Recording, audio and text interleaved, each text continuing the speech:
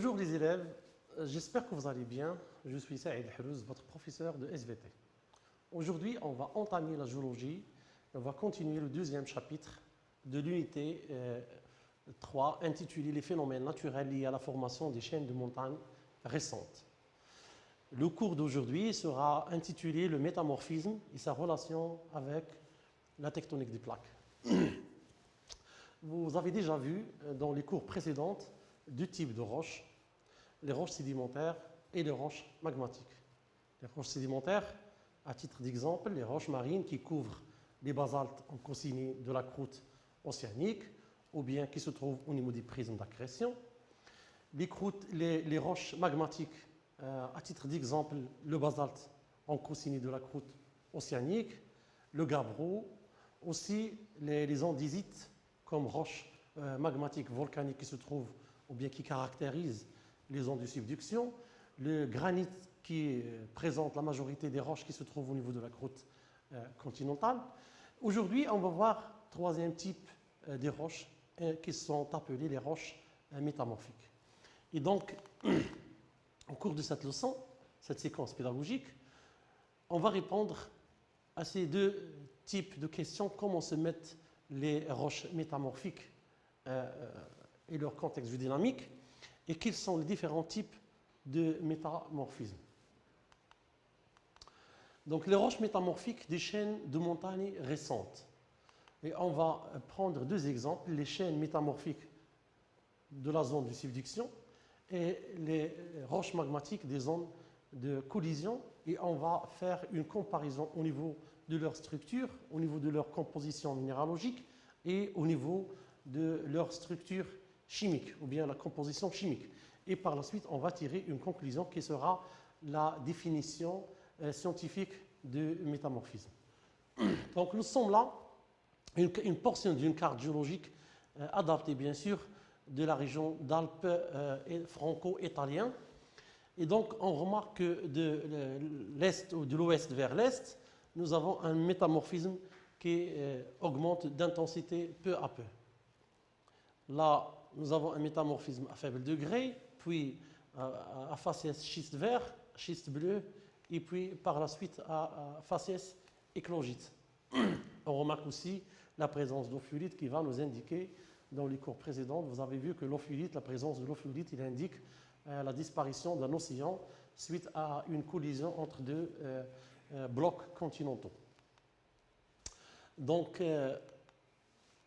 on a pris trois types de roches de cette zone, à savoir le gabbro de la séquence ophiolitique, des schistes bleus à glaucophane et de l'éclogite. Et donc, on va comparer ces trois roches tout simplement à l'œil nu pour voir la structure, et aussi à travers les lames minces, on va comparer la composition minéralogique de ces trois roches.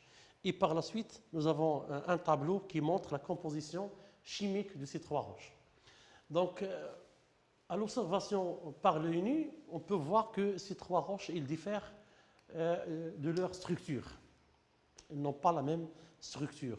Mais l'observation plus profonde par la microscopie électronique, on peut voir que le gabbro, il présente des pyroxènes et plagioclases, alors que le schiste bleu, il présente des pyroxènes et glaucophanes.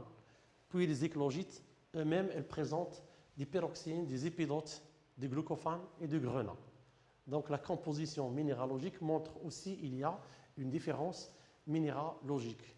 Donc la différence au niveau structural et une différence au niveau minéralogique. En passant du gabbro vers les schistes bleus et les éclogites, on va remarquer la disparition de certains minéraux, par exemple ici la disparition du plagioclase et l'apparition du glaucophane, ici l'apparition des épidotes et des grenats.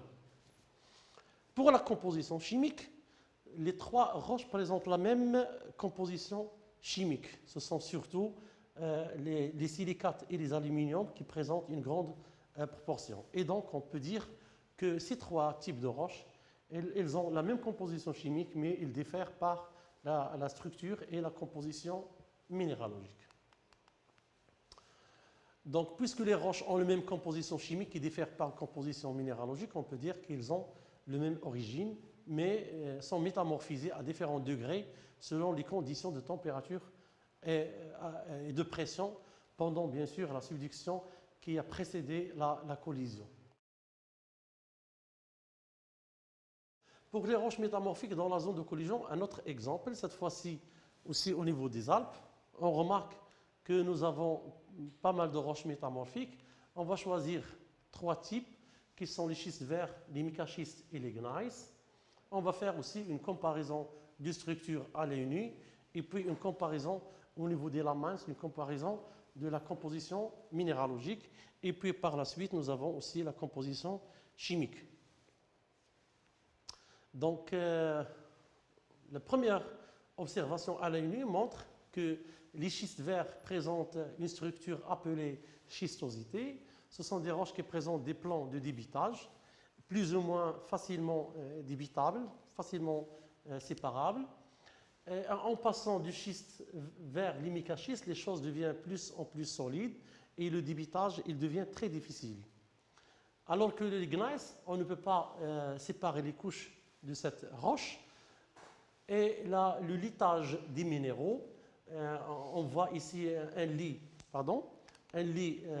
blanc avec l'alternance avec des lits noirs. Et donc, cette structure qui est appelée foliation, on ne peut pas séparer les plans de débitage ou bien il y a l'absence de plan de débitage. Donc, en petite conclusion, les 3 roches ne présentent pas la même structure.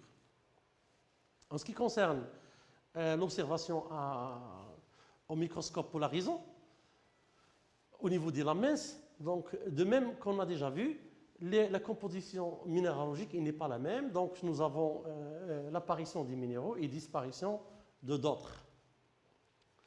La comparaison de la composition chimique montre que les 3 types de roches présentent la grande proportion en silicate d'alumine. Regardez ici 60,2%, 60,9%, 68,7%. La même chose pour les aluminiums, 20, 19 et 16. Les autres, ils se trouvent à faible quantité. Donc, les 3 roches sont des silicates d'alumine, mais ils présentent aussi une structure chimique ou bien une composition chimique semblable, identique. Donc, petite conclusion pour la comparaison de ces roches.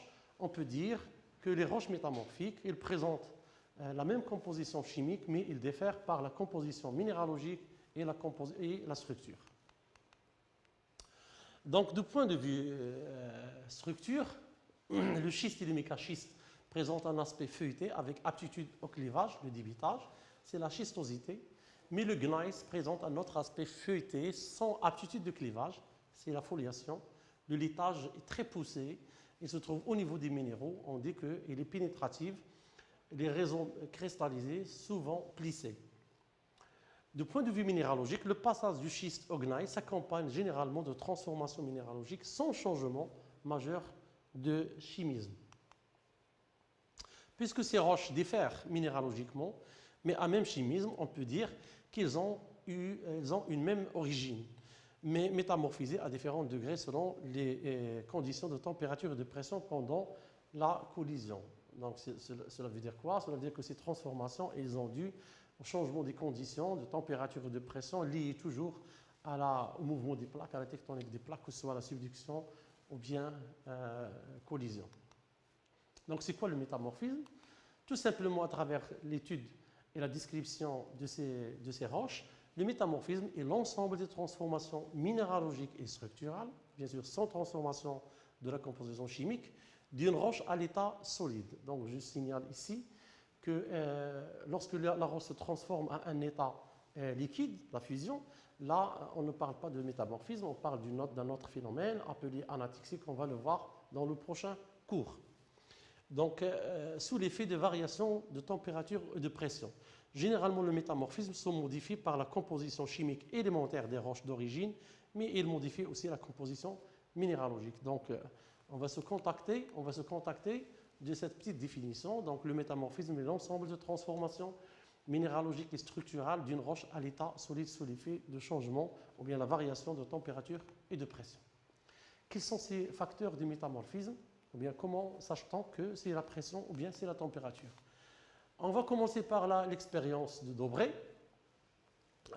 Gabriel Auguste Dobré est l'un des plus grands savants français en minéralogie du 19e siècle. Il a soumis ici des paillettes d'argile et des feuillettes de mica à une forte pression par un piston. Et quand il a pressé ici, il a remarqué la présence d'argile foliée et donc l'apparition de la schistosité. La schistosité est un feuilletage des minéraux avec aptitude clivage dû à la pression tectonique. Ce feuilletage est perpendiculairement, bien sûr, à la direction des contraintes tectoniques. La température aussi. Pour cela, Winkler a soumis un mélange d'argile à une pression tectonique fixe, 2 kbar, mais il a changé la température. Donc, à une température constante, il a obtenu des résultats suivants. À température T égale 400 Celsius, l'apparition des petits minéraux caractéristiques du schiste. À température T 500 Celsius, apparition des minéraux caractéristiques du mécaschiste. À 570, apparition d'andalosite de la kaolinite. Donc la kaolinite, elle va se transformer en andalosite selon la réaction suivante. Et puis à température T 600 Celsius, apparition de gros minéraux liés à la caractéristique de gneiss. À température T 650, la disparition du muscovite et apparition d'autres minéraux comme la sélimanite. La question, on doit interpréter ces résultats. Donc à température croissante, on note l'apparition des minéraux néoformes et stables et la disparition d'autres minéraux qui seront instables suite à une réorganisation de la maille cristalline, sachant que la maille cristalline, c'est la forme géométrique sous laquelle un minéral se cristallise. Donc, ces minéraux avec sortie d'éléments chimiques et d'entrée d'autres dans cette maille élémentaire nouvellement formée. Donc, la température, on peut conclure par l'expérience de Winkler que la température est un facteur qui intervient dans le métamorphisme. Donc, l'action maintenant simultanée de la pression et de la température. Donc, afin d'identifier les conditions de température et de pression auxquelles ont été soumises les roches lors de la formation d'une chaîne de montagnes, on soumet un mélange de silicate d'alumine, le SeAl2O5, à des variations de pression ici et de température. Ceci permet de suivre l'apparition de nouveaux minéraux, l'andalosite ici, la sélimanite et la dystène. Ces minéraux ont la même composition chimique, c'est la même formule, SeO2Al2O3, et la figure représente le domaine de stabilité de cette famille de silicates d'alumine. Donc on va se demander, on va faire une analyse de ce diagramme et une petite déduction, et puis on va en sortir la définition d'un minéral indicateur ou bien minéral index et l'importance de ce minéral dans l'étude de métamorphisme en général et dans les roches métamorphiques en particulier. Donc on va remarquer ici que l'andalosite, c'est un minéral stable dans des températures élevées, une pression faible ou bien moyenne. Alors que la dystine, c'est le contraire, c'est un minéral qui sera stable à une pression élevée et une faible ou bien moyenne température. Par contre, le sélimanite ou bien la sélimanite, elle est stable dans les conditions de température très grandes. Et donc, chaque minéral a un domaine de stabilité de pression et de température. Donc, chaque minéral est stable dans des conditions de pression et de température précises, définissant des domaines de stabilité. Ainsi, à chimisme constant, puisqu'elles ont la même formule chimique, des variations de température ou et de pression entraînent des transformations minéralogiques selon des réactions chimiques réversibles. Ça veut dire que l'andalosite peut se transformer en sélimanite et vice-versa, de même pour la dystène. Donc c'est quoi un minéral index? Tout simplement, c'est un minéral caractérisé par un champ de stabilité de pression et de température restreint. Il indique un domaine de stabilité précise de B et de T. Ça veut dire quoi? Si on trouve ce minéral dans une roche, on peut savoir quelles sont les conditions de pression et de température sur laquelle cette roche a été formée. Donc, il nous indique, c'est pourquoi il est appelé minéral index. Donc, on peut associer chaque minéral aux conditions suivantes. L'andalosite, indicateur de forte température et de basse pression. La dystène, ou bien le dystène, indicateur de pression élevée et température moyenne. et la silimanite, indicateur de forte température et de pression élevée. On passe à une nouvelle, à une nouvelle notion, c'est la notion de séquence métamorphique, et on va voir ce document. Donc, on a soumis une roche sédimentaire qui est élargie à une pression constante de 2 kbar et une température croissante. Le suivi de la variation structurale et minéralogique à l'état solide de cette roche dans les résultats résumés dans le tableau ci-contre. Donc, nous avons la roche de départ qui est l'argile. Donc, en augmentant la température, l'intensité de métamorphisme, elle augmente. Et donc, on aura l'apparition de schiste, puis de microschiste, puis de gneiss. Donc, nous avons des transformations de la roche en roche. La structure, elle passe du litage au niveau de l'argile à la schistosité au niveau des schistes et microschistes, puis à une structure de foliation qui caractérise le gneiss. Le taux en eau, on va voir qu'il va diminuer donc on assiste à une déshydratation. La taille des minéraux, elle augmente. Et puis, la composition minéralogique aussi, on va voir la disparition de certains minéraux et apparition d'autres. Donc, qu'est-ce que ça veut dire une séquence métamorphique?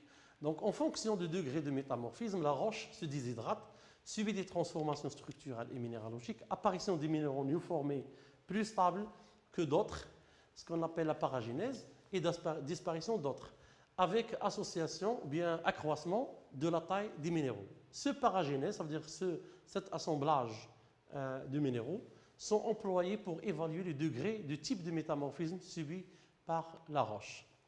Une séquence métamorphique, donc, c'est l'ensemble des roches obtenues à partir d'une roche-mère en fonction du degré de métamorphisme. Exemple, la séquence pyritique, c'est une séquence formée par les argiles, les schistes, les microschistes et gneiss. Donc, c'est un ensemble de roches qui ont la même roche-mère, mais ils sont le résultat d'un métamorphisme. Donc, on va s'arrêter à ce niveau-là et je vous donne rendez-vous au prochain cours où on va continuer pour répondre aux questions suivantes. Quels sont les différents types de métamorphismes et quel est leur contexte dynamique?